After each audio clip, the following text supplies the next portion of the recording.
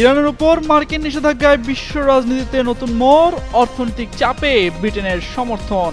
তীব্র প্রতিক্রিয়া জানিয়েছে চীন, কাতার। পারমাণবিক চুক্তি ইস্যুতে সৌদিকে নতুন শর্ত জুড়ে দিলেন ট্রাম্প। ইসরায়েলকে স্বীকৃতি দিতে রিয়াদকে চাপ। শর্ত না মানলে চুক্তি থেকে সরে আসার ইঙ্গিত ট্রাম্প প্রশাসনের। পাকিস্তানের হাসপাতালে ভয়াবহ আগুন, অগ্নিদগ্ধ হয়ে 15 নবজাতকের মৃত্যু। স্বজনদের শোকে ভারী হাসপাতাল প্রাঙ্গণ। সীমান্ত উত্তেজনার মধ্যেই আলোচনায় ভারত চীন, আন্তঃসীমান্ত সহযোগিতার প্রতি গুরুত্ব আরোপ। মতপার্থক্য দূর করে সম্পর্ক উন্নয়নের তাগিদ।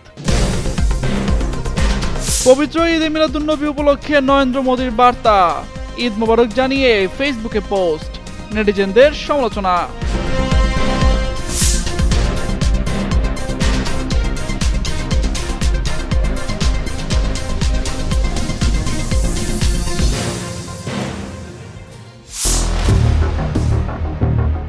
ইরানের উপর যুক্তরাষ্ট্রের নতুন অর্থনৈতিক নিষেধাজ্ঞার পর বিশ্ব রাজনৈতিক অঙ্গনে বইছে আলোচনা সমালোচনার ঝড়। এর মধ্যে এমন সিদ্ধান্ত ইস্যুতে ওয়াশিংটনের পক্ষে বিপক্ষে অবস্থান নিয়েছে বিভিন্ন দেশ। ট্রাম্প সরকারের এমন ঘোষণার সমালোচনা করেছে চীন ও কাতার। দুই দেশই বলছে একতরফা নিষেধাজ্ঞা সংকটের সমাধান নয়, বরং কূটনৈতিক আলোচনার পথ খোলা রাখা প্রয়োজন। এমন তথ্য দিয়ে একটি প্রতিবেদন প্রকাশ করেছে ইরাকি সংবাদ মাধ্যম শাফাক নিউজ। চীনের পররাষ্ট্র মন্ত্রণালয়ের মুখপাত্র লিন জিয়ান বেইজিংয়ে সাংবাদিকদের বলেন, আন্তর্জাতিক আইন বা জাতিসংঘ নিরাপত্তা পরিষদের অনুমোদন ছাড়া কোনো একতরফা নিষেধাজ্ঞা চীন সমর্থন করে না। তিনি বলেন, ইরানের সঙ্গে চীনের অর্থনৈতিক ও বাণিজ্যিক সম্পর্ক আন্তর্জাতিক আইন অনুযায়ী পরিচালিত হচ্ছে এবং বেইজিং নিজের বৈধ স্বার্থ রক্ষা করবে। চীন বর্তমানে ইরানের সবচেয়ে বড় তেল ক্রেতা। তবে যুক্তরাষ্ট্রের নতুন নিষেধাজ্ঞার প্রথম দফায় বড় কোনো চীনা ব্যাংককে লক্ষ্যবস্তু করা হয়নি। একই দিন যুক্তরাষ্ট্রের পদক্ষেপের সমালোচনা করে কাতারও। দেশটির পররাষ্ট্র মন্ত্রণালয়ের মুখপাত্র মাজেদ আল আনসারি বলেন, কাতার এখনও ওয়াশিংটন ও তেহরানের সঙ্গে নিয়মিত যোগাযোগ রাখছে এবং দুই দেশের মধ্যে আলোচনা পুনরায় শুরু করার চেষ্টা চালিয়ে যাচ্ছে। তিনি সতর্ক করে বলেন, উত্তেজনা আরও বাড়লে তার প্রভাব শুধু মধ্যপ্রাচ্যেই নয়, পুরো বিশ্বেই পড়বে। গত 24 আগস্ট যুক্তরাষ্ট্র অপারেশন ইকোনমিক আউটকাস্ট নামে ইরানের বিরুদ্ধে নতুন অর্থনৈতিক অভিযান শুরু করে। মার্কিন অর্থমন্ত্রী স্কট বেসেন্ট জানান, এই অভিযানের লক্ষ্য ইরান এবং দেশটির অর্থনীতিকে সহায়তা করা ব্যক্তি ও প্রতিষ্ঠানের উপর চাপ বাড়ানো। এই পদক্ষেপের আওতায় ইরানের পারমাণবিক কর্মসূচি, ক্ষেপণাস্ত্র সংগ্রহ, তেল খাত ও অন্যান্য নিষিদ্ধ কর্মকাণ্ডের সঙ্গে জড়িত প্রায় 60 জন ব্যক্তি, প্রতিষ্ঠান ও জাহাজের উপর নিষেধাজ্ঞা দেওয়া হয়েছে। একসঙ্গে ডিজিটাল সম্পদ, প্রযুক্তি, স্বর্ণ, বিমান পরিবহন ও নৌ পরিবহন খাতেও সম্ভাব্য গৌণ নিষেধাজ্ঞার পরিধি বাড়ানো হয়েছে। স্কট বেসেন্ট সতর্ক করে বলেন, যেসব দেশ বা কোম্পানি নিষেধাজ্ঞার আওতাভুক্ত কর্মকাণ্ডে যুক্ত থাকবে, ভবিষ্যতে তারা মার্কিন আর্থিক ব্যবস্থায় প্রবেশাধিকার হারাতে পারে। তবে কিছু ক্ষেত্রে নিয়ম মেনে চলার জন্য নির্দিষ্ট সময় দেয়া হবে।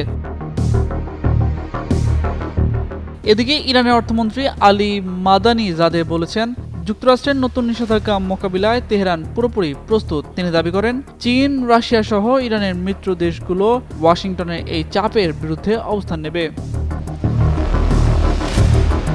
অন্যদিকে পাকিস্তানও সমান্তরালভাবে মধ্যস্থতার চেষ্টা চালিয়ে যাচ্ছে। তেহরানে পাকিস্তান সেনাপ্রধান জেনারেল আসিম মুনিরের বৈঠকের পর দেশটির সেনাবাহিনী জানিয়েছে, উত্তেজনা কমানো এবং হরমুজ প্রণালী আবার পুরোপুরি খুলে দেওয়ার বিষয়ে আলোচনায় উল্লেখযোগ্য অগ্রগতি হয়েছে। তামজিদ মির্জা, যুগান্তর নিউজ।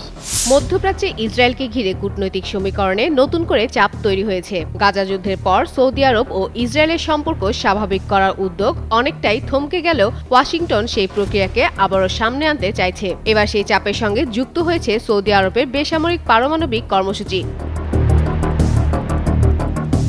সৌদি আরবকে পারমাণবিক চুক্তি দেওয়ার বিষয়ে যুক্তরাষ্ট্রের সঙ্গে চুক্তি হলেও সেটি এখনও কার্যকর হয়নি।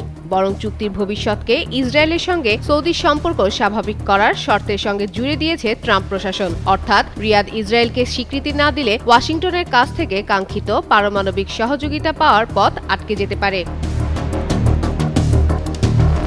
মার্কিন প্রশাসনের এক কর্মকর্তা বার্তা সংস্থা রয়টার্সকে জানিয়েছেন, জুলাইয়ে চূড়ান্ত হওয়া বেসামরিক পারমাণবিক চুক্তিটি গেল সোমবার কংগ্রেসে পাঠিয়েছেন প্রেসিডেন্ট ডোনাল্ড ট্রাম্প। চুক্তি অনুযায়ী মার্কিন কোম্পানিগুলো সৌদি আরবে বেসামরিক পারমাণবিক প্রযুক্তি রপ্তানি করতে পারবে।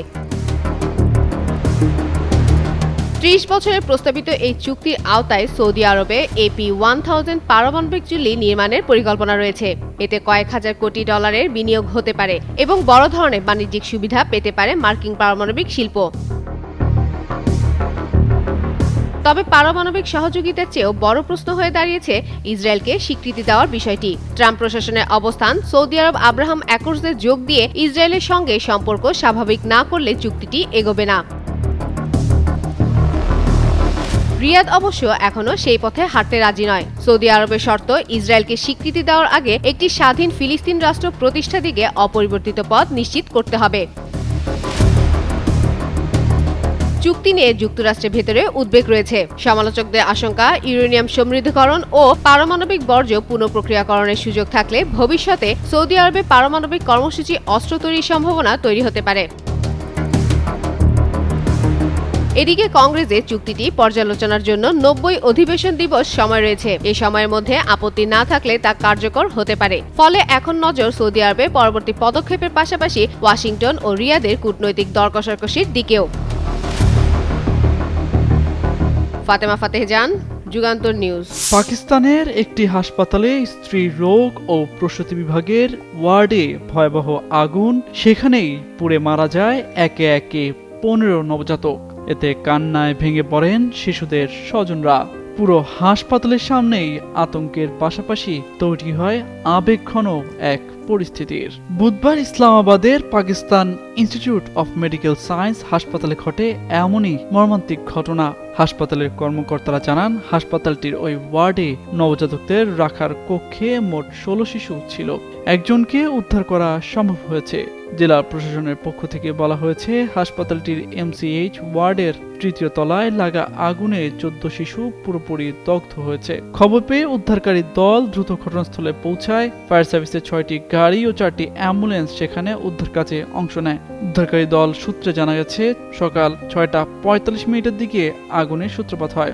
ধারণা করা হচ্ছে, এসির কম্প্রেসর বিস্ফোরণের পর ওই কক্ষে আগুন ছড়িয়ে পড়ে। পরে আগুন নিয়ন্ত্রণে আনা গেছে। অগ্নিকাণ্ডে অতিরিক্ত উপকমিশনারের নেতৃত্বে একটি তদন্ত কমিটি গঠন করা হয়েছে। কমিটি আগুন লাগার কারণ খুঁজবে এবং কিভাবে এই ঘটনা ঘটল তা খতিয়ে দেখবে। সীমান্ত উত্তেজনার মধ্যেই আলোচনায় বসেছে ভারত ও চীন।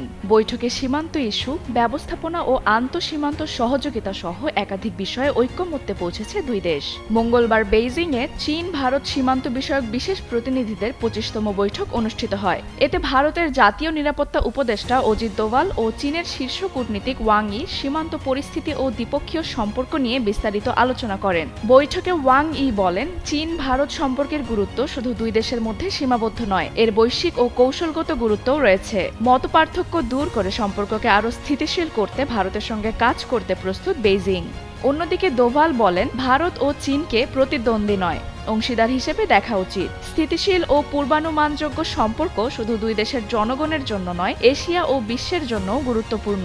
বৈঠকে সীমান্ত নির্ধারণের আলোচনা এগিয়ে নেওয়া, সীমান্ত ব্যবস্থাপনা জোরদার এবং আন্তঃসীমান্ত সহযোগিতা বাড়ানোর বিষয়ে মতবিনিময় হয়। দুই দেশ 2005 সালের রাজনৈতিক নির্দেশিকা অনুসরণ করে পারস্পরিক শ্রদ্ধা ও বোঝাপড়ার ভিত্তিতে কাজ করার অঙ্গীকারও পুনর্ব্যক্ত করেছে। আর সম্পর্কের এই নতুন ধারাবাহিকতা ধরে রাখতে 2027 সালে ভারতের 26তম বিশেষ প্রতিনিধি বৈঠক আয়োজনেও সম্মত হয়েছে দুই দেশ। বিশ্বের মুসলিম সম্প্রদায়ের জন্য আজকের দিনটি বিশেষ তাৎপর্যের। মহানবী হযরত মুহাম্মদ সাল্লাল্লাহু আলাইহি সাল্লামের জন্ম ও ওফাতের স্মরণে পালিত হচ্ছে পবিত্র ঈদে মিলাদুন্নবী। বাংলাদেশ সহ বিশ্বের বিভিন্ন দেশে ধর্মীয় আয়োজনের মধ্য দিয়ে দিনটি স্মরণ করা হচ্ছে। এরই মধ্যে পবিত্র এই উপলক্ষে মুসলিম সম্প্রদায়কে শুভেচ্ছা জানিয়েছেন ভারতের প্রধানমন্ত্রী নরেন্দ্র মোদী। বুধবার সামাজিক যোগাযোগ মাধ্যম এক্সে দেওয়া এক বার্তায় মোদী বলেন, ঈদ মোবারক, মিলাদুন্নবীর শুভেচ্ছা।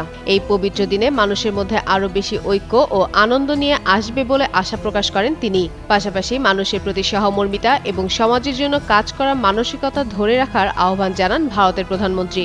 বাংলাদেশে দিনটি ঘিরে নানা ধর্মীয় কর্মসূচি পালন হয়ে থাকে। রাজধানী ঢাকা সহ দেশের বিভিন্ন এলাকায় মসজিদ, মাদ্রাসা ও ইসলামী প্রতিষ্ঠানে আয়োজন করা হয় মিলাদ ও দোয়া মাহফিল। মহানবী সাল্লাল্লাহু আলাইহি সাল্লামের জীবন, মানবিক মূল্যবোধ ও আদর্শ নিয়ে আলোচনা করেন আলেমরা। দরুদ ও সালাত পাঠের পাশাপাশি দেশ, জাতি ও মুসলিম উম্মাহের শান্তি ও কল্যাণ কামনায় করা হয় বিশেষ মোনাজাত। মঙ্গলবার সন্ধ্যায় বাইতুল মোকাররম জাতীয় মসজিদ প্রাঙ্গণে ঈদে মিলাদুন্নবী উপলক্ষে পক্ষকালীনব্যাপী সিরাতুন্নবী সাল্লাল্লাহু আলাইহি সাল্লামের কর্মসূচির উদ্বোধন করা হয়। বুধবার দিনটি উপলক্ষে সরকারি ছুটি রয়েছে।